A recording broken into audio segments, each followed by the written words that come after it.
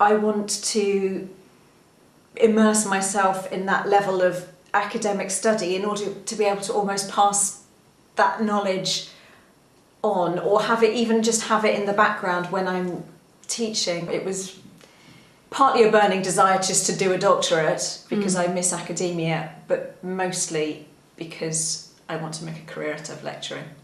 Most writers, of course, do not make their whole income from their writing directly. They need some sort of second job or day job. And teaching creative writing, of course, is an exceptionally good one because it's thoroughly integrated with your creative life. It means that all the time you're getting the stimulus of working with other writers, answering questions, seeing other people's work develop, exploring different kinds of techniques. This is perfect for me. I have a project that I really want to do, but I'm a little scared to do it. I need support. I need kind of personal support just to get through it. I need resources. And these are things that I can't get just working on it on my own on weekends and things. So I applied for it and then I got in. And I ended up with these amazing supervisors who did offer me the support that I needed to get this particular project. So the PhD was really about this project. I hope to create a piece of work which is a large, a substantial interactive fiction, and also develop ideas and a way of working, a methodology that will enable me to carry on producing interactive narratives, I should say, because interactive fiction is a very specific kind of, very specific genre. And also, I'm hoping to kind of discover things through my research, which will also enable and help other people create interactive narratives too, or story games, or playable, using story really in a playable or an interactive medium. You can take time out of your sort of normal life to undertake a PhD. So I think it was a lot to do with that as well, giving me the focus as well as the research framework. I think a PhD in creative writing, or indeed a PhD in digital creative writing, can't but fail to enhance what you're trying to do, particularly if you're interested in having a research community around you during your writing process. And to be able to sort of formalize that research process within the context of a PhD, I think is a very valuable thing.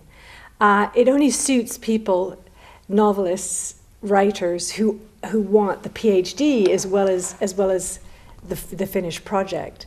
But I think that it's it's both a supportive and also hopefully a really challenging environment to work on a long project on. I would love to teach at some point, and it's almost necessary now to have a PhD to teach at a college or university level, no matter what country I end up in at whatever junction of my life.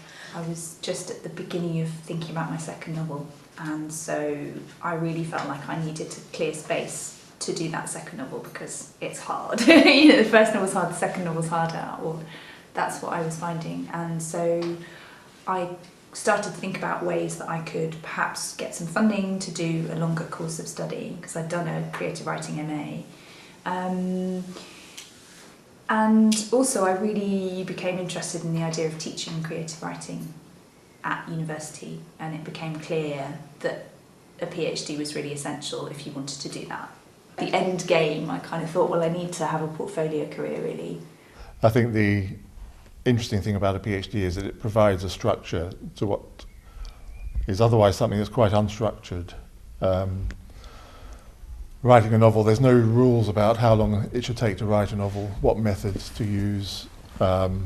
Writers tend to find out by trial and error what works, and what are the best ways for them to work in terms of those things we've just been talking about, like research, and how much to write and so on. And all those things, as I say, are quite personal things that are acquired by a process of trial and error.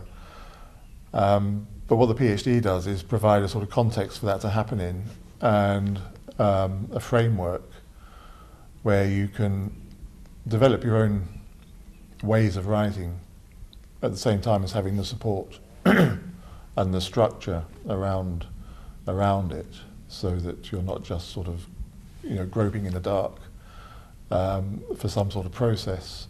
There's actually something there in the terms of your tutors and other students, and the interaction between those that can help you overcome those problems.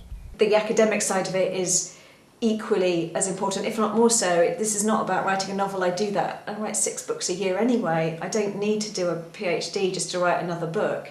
This is about connecting it to theory. So it's about having that theory in my ammunition.